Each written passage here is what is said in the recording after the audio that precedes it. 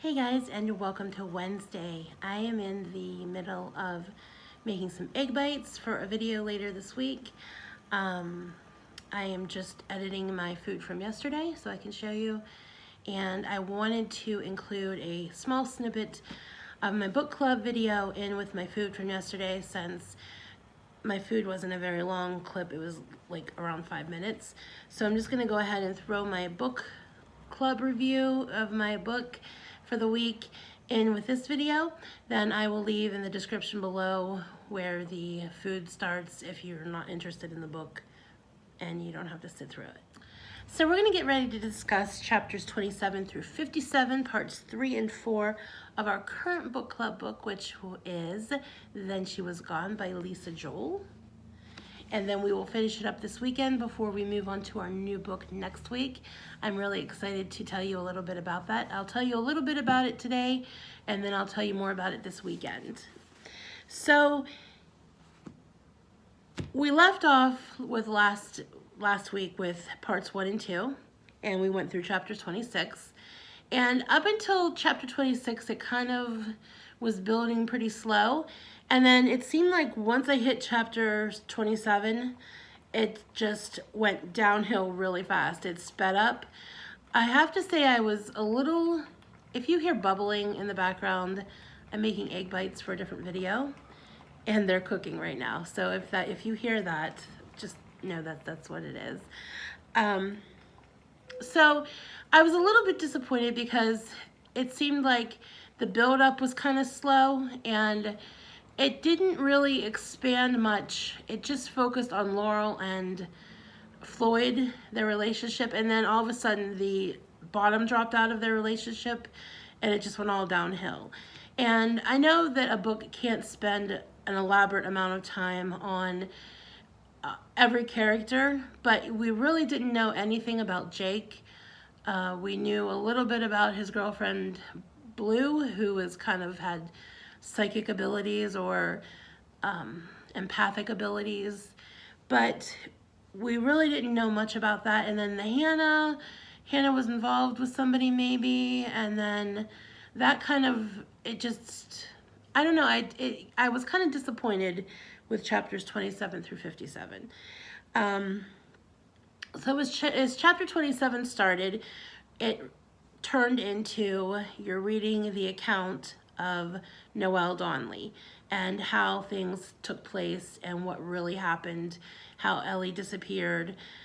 So we learned that Ellie, and if anybody who doesn't want to hear this, because there's going to be spoilers if you haven't read the book, and if you don't want to know what happens, definitely don't listen to this.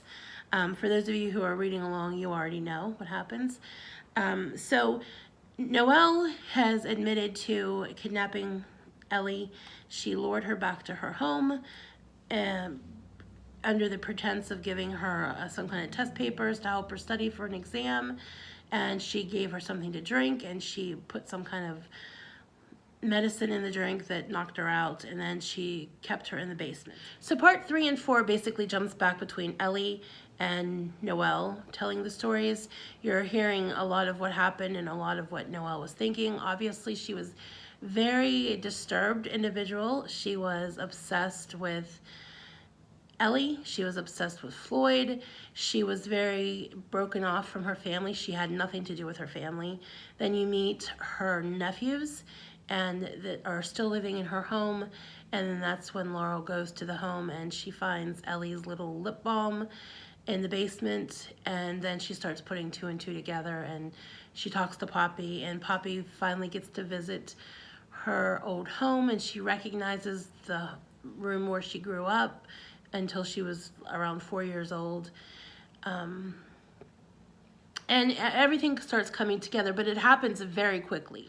So I would have preferred there to be a little bit of a faster build-up, and then at the height of the story, when they're starting to piece together what happened to Ellie and Laurel when she finds out and she's putting the pieces together, I would have hoped that that would have been a little bit slower instead of it being so slow at the beginning. So I'm not going to go elaborate too much on the book right yet because we still have one more part to go. We still have a few more chapters.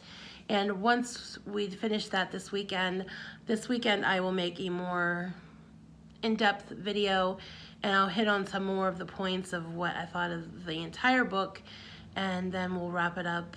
And you guys can let me know more in depth of what you thought of the book. I know a few people were saying they were disappointed in the ending, and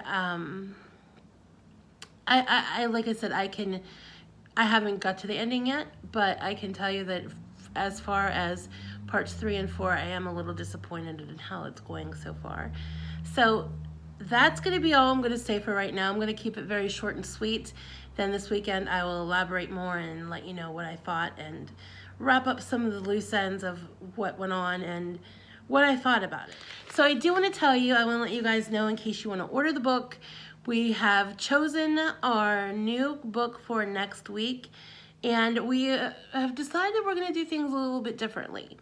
I am not the greatest book club leader. I've never, as I told you, I've never led a book club before. And I felt kind of, I don't know, out of place, like I didn't know what I was doing, and I clearly didn't. And so I wanted to not just keep it that I pick the books all the time, or I wanted there to be more of an involvement in the group.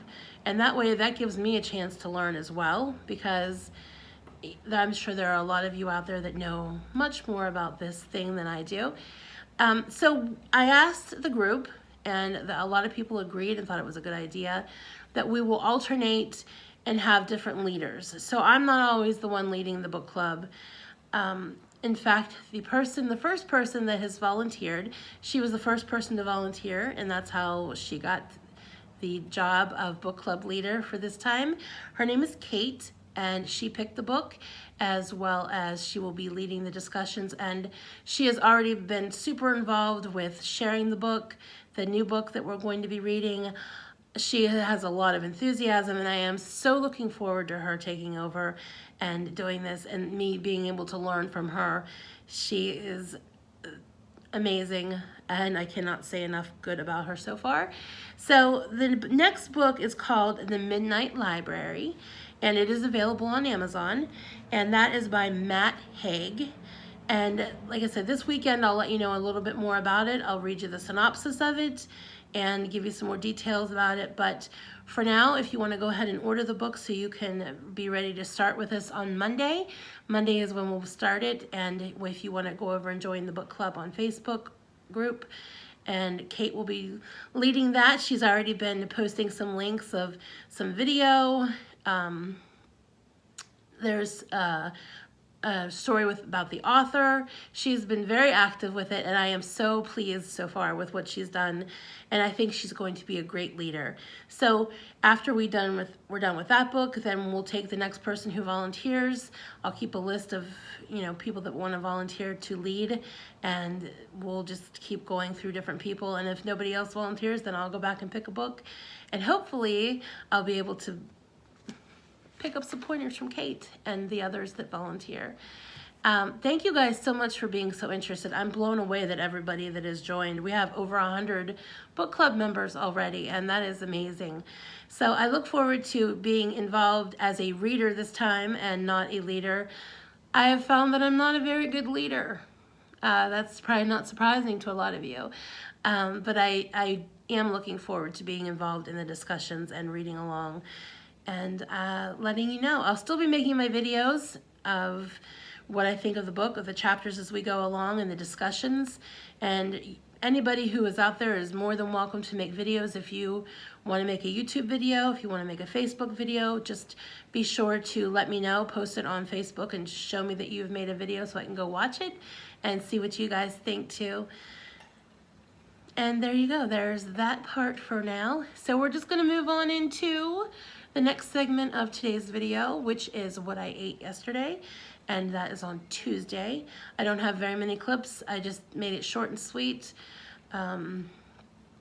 So it's going to be very basic. I do want to keep accountable for what I eat, but I don't want to draw it out and make it 20 or 30 minute videos every time I upload a video of what I eat. I want them to be very quick. The only reason it's going to be longer this time is because my book club book is in here. There may be some days where I throw in some extra footage of something I'm doing that day or little extras, but basically there'll be short snippets of videos of what I eat and not anything too elaborate. So stay tuned for what I ate yesterday on Tuesday, September the 29th, 2020, and I will be back with you guys tomorrow for another video. See you guys soon. Hey guys, it's Tuesday, September the 29th, I think. It is breakfast time. That's why I have nothing on my face, and I've just, well, it's actually 11:25, and we started making these about an hour ago because you'll be seeing in an upcoming video, I got a Dash egg bite maker, and we decided that it was time to try the Dash, and that's what we're having for breakfast. So this is my breakfast. There are 4 little egg bites, 1 big egg bite, and a piece of sausage. So this is what my first food of the day for Tuesday is going to be. And then I'm also going to have a couple bottles of water with that. I think I'm going to have a little bit of sugar-free syrup on my egg bite, one of my egg bites, just see how it is, because Gene just put some on his and it looks rather good, so I think I'm going to try it too. So this is what I'm eating first for Tuesday, and I'll be back to show you more from today in a bit. It's 2:27 now, and this is the next thing I'm eating. I'm gonna have these dry roasted peanuts, salted, roasted, not dry roasted, but salted and roasted. They've been in this basket for months, so I figured I need to use them up before they get stale. So I'm gonna have those and a serving and a half of the sliced hard salami, a serving of cottage cheese, and a few berries on top. And then I'm gonna have some water with that. So that's what I'm having at 2:30.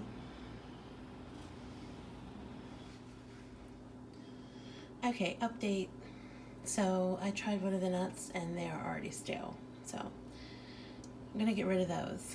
So in place of the nuts, I'm gonna have half of a cantaloupe because it was starting to go bad as well. That's part of the problem of buying the healthier food and then eating junk food after I buy healthy food to get on track. So as an update, a serving and a half of dry salami, cottage cheese, a serving with some berries, and a half of a cantaloupe. That is at 2:32 p.m. on Tuesday. Second meal of the day. Alright, it's now 7:08 p.m. and I'm gonna have dinner, and that will be it for the night, probably. May have a snack later, I don't know. But having Subway, Jean's having a meatball sub, and I'm having, it looks like the bacon is outside, but it's inside. I'm having the chicken bacon ranch salad. I got extra bacon and extra chicken and extra lettuce with the salad, and it has banana peppers and black olives and onion and cucumber and red onion and pickles, and I did not get jalapeno. Oh, I had spinach with regular lettuce. I think that's about it. And then I had them put my dressing on the side, and then I got a Diet Coke to go with that. So that is, it's a little close, I know. That's my dinner, and that's what I'm eating for my third meal of the day. Watching the debate and having a snack. Say hi.